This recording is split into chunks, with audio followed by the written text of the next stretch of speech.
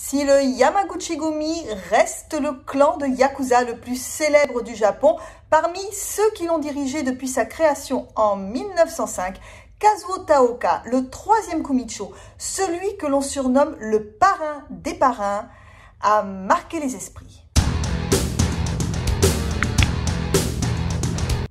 Le 28 mars 1912, dans un petit village de Shikoku, un ange d'innocence nous est donné, oui.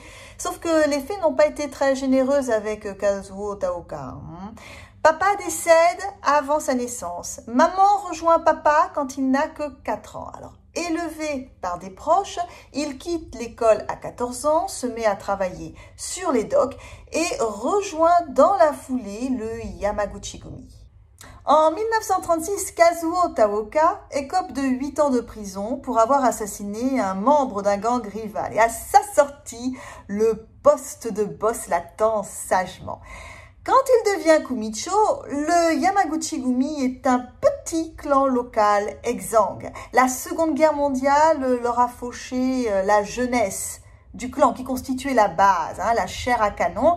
Résultat, ils ne sont plus que 100. Et c'est pas grand-chose. Fort heureusement, Kazuo Taoka va te secouer tout ça et en faire le clan le plus puissant du Japon. Il commence par balayer la maison avec la création d'un organigramme très hiérarchisé et un nouveau poste, le Wakagashira, c'est-à-dire un second. Ensuite, il ordonne à ses subalternes de monter des entreprises légales, oui, histoire de faire du blanchiment d'argent, et il les autorise à fonder leur propre famille. Ce seront des filiales de la maison mère. Voilà, c'est un peu comme la vente par correspondance, tu vois, quand tu es parrainé et que tu vends ton produit. Taoka touche au monde du transport grâce au Koyo Transport, une entreprise qui regroupe toutes les compagnies de fret de Kobe. Je te dis pas le pognon qu'il va se faire.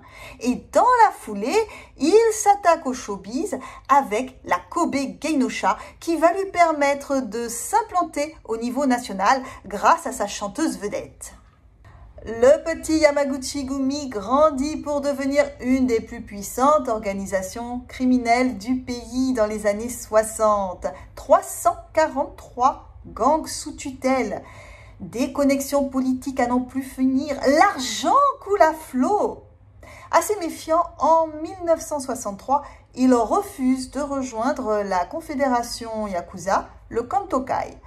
Par contre, en 1972, il alliera le clan avec une autre famille, l'Inagawakai, lors d'une cérémonie à son domicile. La police ne compte pas le regarder sans rien faire et en 1966, il est inculpé pour au moins 5 chefs d'accusation.